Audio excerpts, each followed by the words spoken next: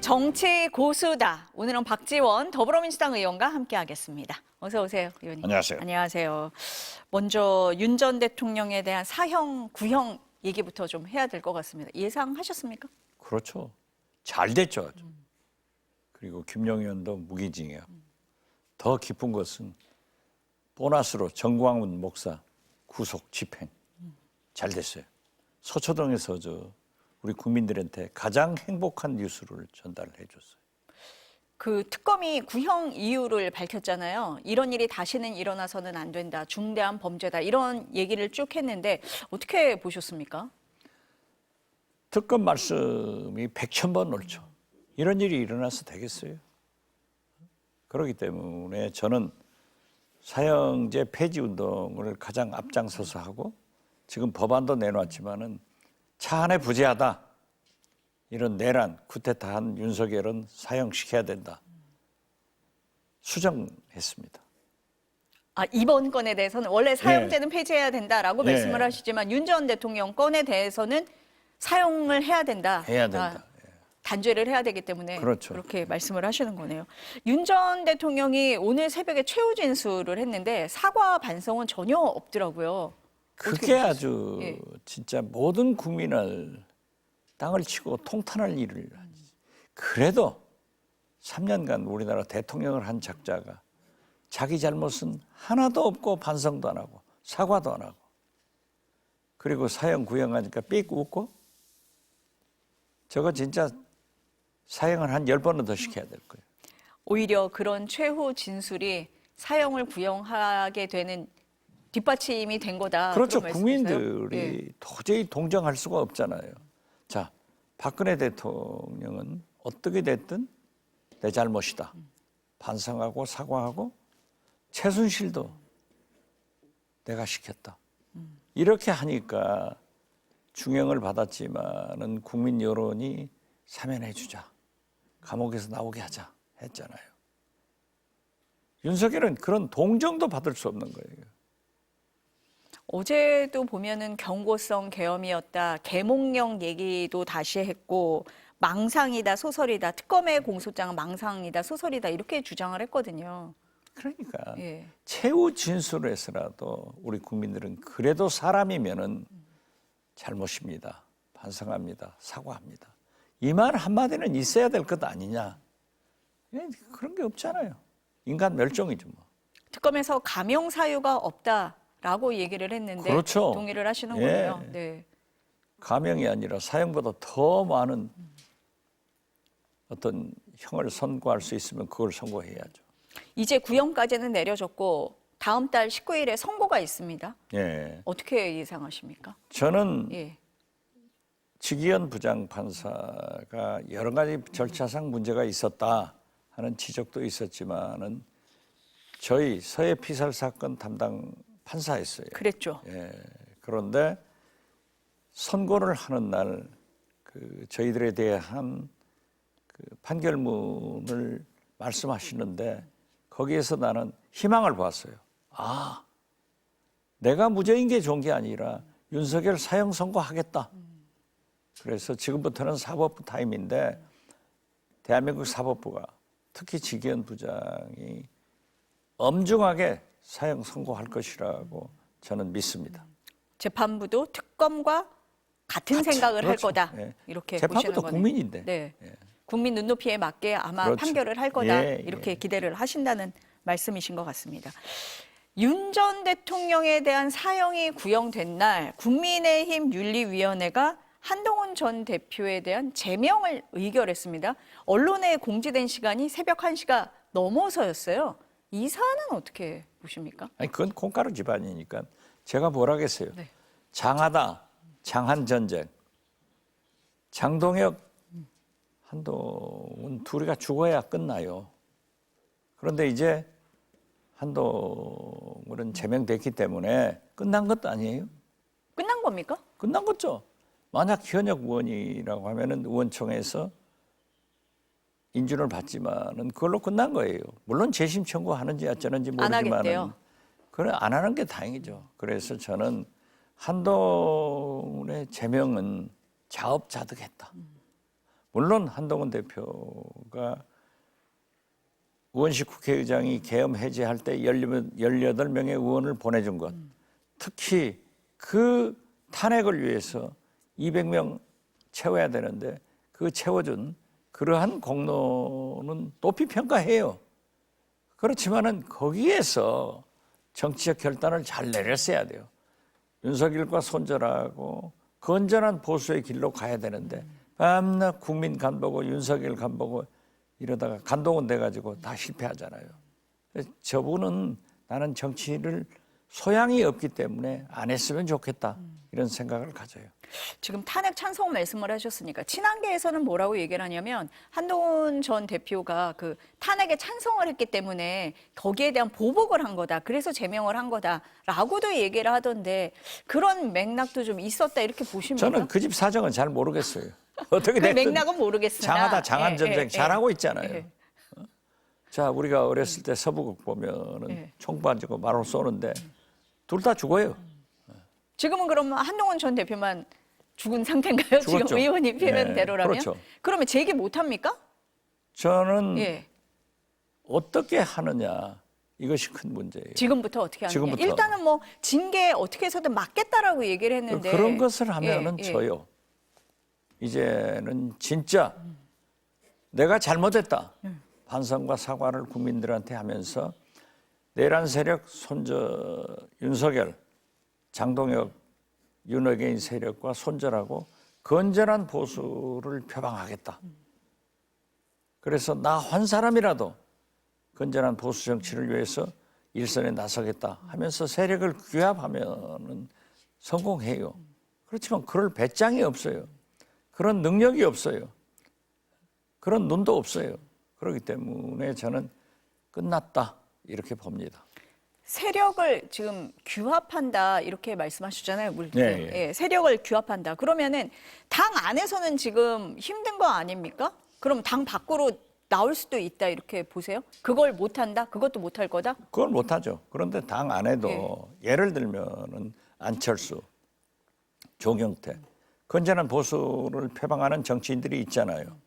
당 밖에도 유승민, 홍준표 이런 분들이 있으면은 그러한 내란 세력과 손절하고 과거의 잘못을 통렬하게 반성하면서 새 깃발을 들면은 가능성이 있어요.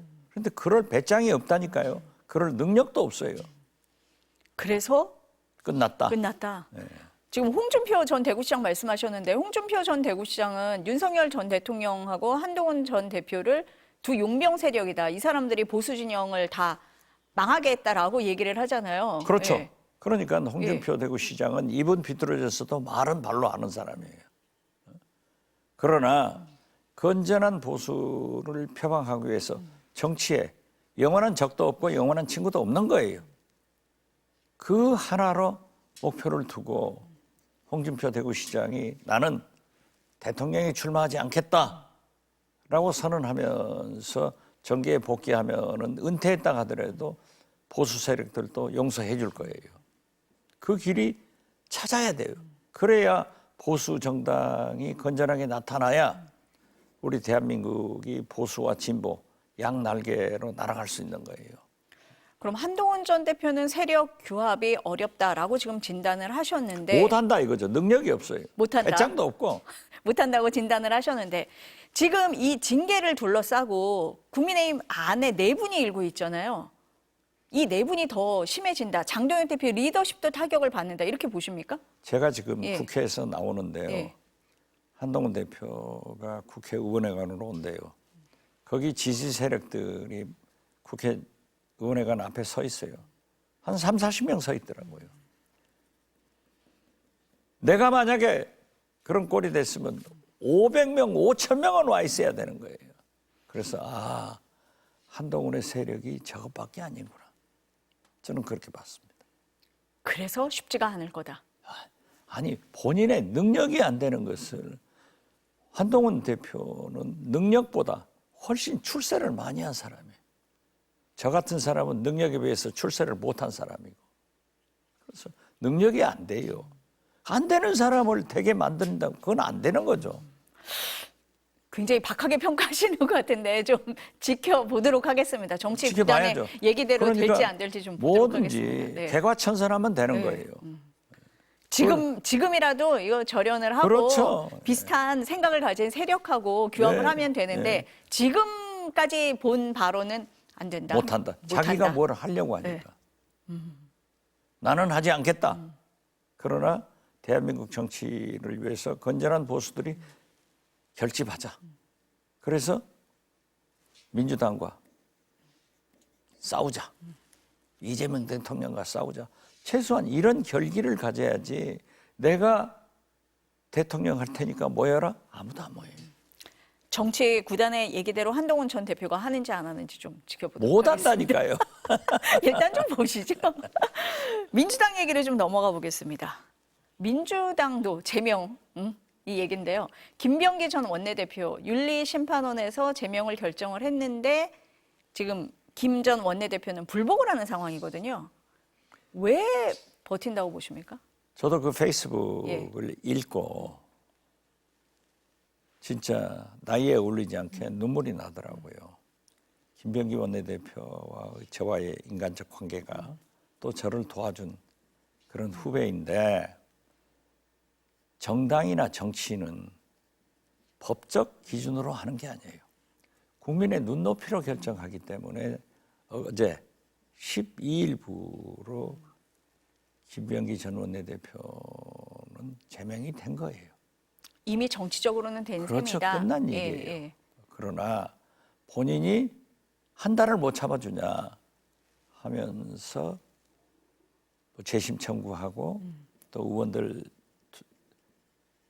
인준 표결을 하자 하는데 물론 당에서 비상징계 같은 것을 할 수 있겠죠. 그렇지만은 또 공당이기 때문에 절차를 준수해 주는 것도 좋아요. 그렇지만 저는 이미 끝난 게임이다. 국민이 끝났다고 하면 끝난 거다. 그리고 저는 그 법적 문제를 김병기 대표가 경찰에서 잘 싸워가지고 이겨서 돌아오는 날을 간절히 기다립니다. 오늘 경찰이 보세요. 예, 압수수색했잖아요. 6곳을 예, 예. 압수수색을 하기 때문에 이제 강제 수사가 들어간 거 아니에요? 매일 시끄러워져요. 이것을 어떻게 견딥니까? 이것을 왜 우리 민주당이 감수해야 됩니까?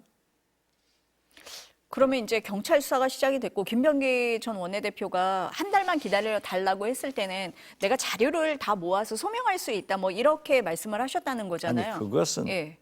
물러가면은 조용하다니까요. 오히려 그 조용한 예. 속에서 언론의 회자가 안 돼야 돼.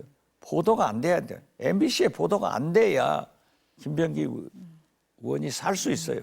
그렇게 해서 변호인들하고 가족들하고 잘 상의해서 경찰 수사를 철저히 협조하면서 잘 받으면은 저는 길이 있다고 봐요. 저는 김병기 원내대표의 결백을 믿습니다. 제가 경험이 있기 때문에. 그런데 저는 저렇게 대처를 하면은 자기도 죽고 자기 가족도 죽고 우리 민주당도 상처뿐인 영광이 된다. 저는 그렇게 봐요. 경찰이 김병기 의원에 대해서도 강제 수사에 나섰지만 김경시 의원, 강선우 의원에 대해서도 압수수색하고 또 내일 또 김경시 의원 소환 조사도 하거든요. 다 들어가는 거죠. 예. 사실 강선우 의원은 딱 탈당을 하니까 조용했잖아요. 김병기 의원이 시끄러우니까 강선우 의원까지 지금 불똥이 튀기는 거예요. 그거 정치를 해보면은요. 김대중 대통령 말씀이 제일 맞다니까요. 언론에서 의혹이 제기됐을 때는 사실이면은 사과하고 그래도 의혹을 제기하면은 물러가라. 물러가면은 조용해지는 거예요. 우리 언론이 부관 잠시 안 해요. 그런데 지금은 버티고 있으니까 더 매일 나오잖아요. 매일. 이게 왜 강선우 의원까지 피해를 주냐고요. 이건 아니에요. 철저하게 경찰 수사 받고 진상 규명이 되기를 바라야지 지금 이렇게 버틴다고 해서 일이 해결되지 안 않는다. 돼요. 오히려 더 커진다. 절대 안 돼요. 네. 무슨 루머들이 많은데 그 루머가 사실도 아니지만은 안 돼요. 아니 저도 그렇게 해서 살아왔잖아요. 의원님하고 경우가 좀 다를 수도 있죠. 예. 사안이 다 좀 비슷한 다르- 거죠. 뭐 언론에서 네. 처참하게 공격을 하니까 저도 장관 물러가고 검찰 수사받고 국정조사까지 다 받고 해도 안 나오니까 들어왔잖아요. 그래서 저는 김병기 의원의 결백을 믿어요. 그렇기 때문에 나는 지금의 그 법적 논리를 경찰에서 해라. 그리고 국민을 설득해야지 민주당에 그렇게 하면 더 강해져요. 경찰 수사에서 본인이 밝혀야 된다. 그렇죠. 네, 좀 지켜보겠습니다. 법사위에 계시니까 그 공소청 중수청 설치 법안이요. 민주당 내에서도 이견이 나오는 걸로 알고 있습니다. 많이 나오죠. 많이 나옵니까? 그건 턱도 예. 없어요. 절대 안 돼요. 지금 정부가 입법 예고한 그 안으로는 안 된다라고 안 보시는 되죠. 어떤 점이 가장 아니, 문제라고 그것도 보세요? 예. 정성호 법무부 장관님이 분명히 얘기하지 않습니까? 정부 아닌데 자기도 잘 모르더라고요. 그 TF에서 16명의 의원들 중 10명이 검찰 출신이고 6명이 아닌데 오늘 그 6명이 사퇴해버렸어요. 자기들이 말한 것도 아니다. 이 검찰 논리로 또 그러한 안을 냈는데 저는 정청래 대표가 함구령을 내렸어요. 이건 함구할 수 없어요. 이것은 12월 3일 이전에 대한민국 검찰로 가자는 거고 오히려 검찰권이 더 강화되는 그래서 검찰공화국을 생각하는 사람들이 만들어내는 거다. 그래서 법사위에 나온 정성호 장관에게도 제가 물었어요. 보안 수사권 꿈도 꾸지 마라. 턱도 없다. 했더니 정성호 장관 말씀이 굉장히 의미가 있어요. 입법권은 국회에서 있으니까 정부의 안을 냈다 하더라도 잘 봐주십시오. 그리고 대통령께서도 소통을 해서 결정을 해라 하는 거고 정청래 대표가 함구령을 내렸지만은 정청래 대표의 함구령은요 늘 정부와 청와대와 당의 관계가 조금 이상해지면은 조정을 해오는데 항상 국회 편에 서서 민주당 편에 서 잘 해봐요. 그렇기 때문에 저는 정청래 대표를 믿습니다. 그 능력을 이번에도 중수청이건 공수처이건 검찰의 보안 수사건 절대 그런 것은 이루어지지 않는다. 이렇게 봅니다. 그럼 이번 법안에 보면 지금 의원님 말씀하신 보안 수사권에 대한 얘기가 전혀 없거든요. 전혀 없죠. 예, 전혀 없어요. 그래서 형법 개정도 없고. 네. 그래서 일각에서는 뭐 보안 수사권 요구권 예, 요구권. 정도는 좀 해줘야 되는 거 아니냐라는 얘기가 나오는데 의원님은 그것도 절대 안 된다. 지금 보안 수사 예. 요구권은 저도 찬성해요. 요구권 왜냐하면은 정도까지는 양보할 수 있다. 예. 경찰에서 수사를 해서 송치를 해오면은 기소는 검찰이 하잖아요. 네. 이때 기소 요건이 좀 불충분하거나 하면은 다시 한번 수사를 해달라. 경찰의 수사를 하는 거예요. 그래서 이번에 검찰 개혁은 뭡니까? 수사 기소의 분리예요. 완전한 분리다. 완전한 예, 분리예요. 예. 그런데 오히려 법 개정 전에 검찰보다 더 강화된 검찰공화국을 만들려고 하는 그 기도를 한 사람들은 절대 용서할 수 없다. 저는 그렇게 봅니다. 그럼 내일 정책의총이 있다고 알고 있는데 그럼 내일 의총에서 이런 얘기들을 수렴을 해서 정부에 안을 전달을 하는 겁니까? 그렇죠. 그렇게 예. 해야죠. 예. 아니 그리고 그 말씀은 이미 대통령께서 잘 소통을 해봐라. 아, 대통령이 좋으면은 정부안대로 해달라 하지. 그리고 주무장관인 정성호 장관도 입법권은 국회에 있으니까 국회에서 알아서 해 주십시오. 한 것은 벌써 그 안을 대통령이나 법무부 장관도 반대하고 있는 것 아닌가 저는 그렇게 봐요. 수정의 여지가 있다라는 말씀이신 것 같고 내일 나오는 의견이 어떻게 좀 조율이 되는지는 지켜봐야 될 부분이에요. 절대 안 돼요. 절대 안 된다. 예. 지켜보도록. 턱도 없어요. 알겠습니다. 좀 지켜보도록 아, 하겠습니다. 꿈도 꾸지 말라고 그러세요. 알겠습니다. 아니 민주당이 네. 어떤 예. 민주당이에요? 예. 검찰 이렇게 개혁해놨는데 그것을 다시 윤석열 검찰로 돌리자는 건 이건 시대착오적이고 12월 3일 이전으로 대한민국 검찰이 돌아가는 거예요. 이건 안 됩니다.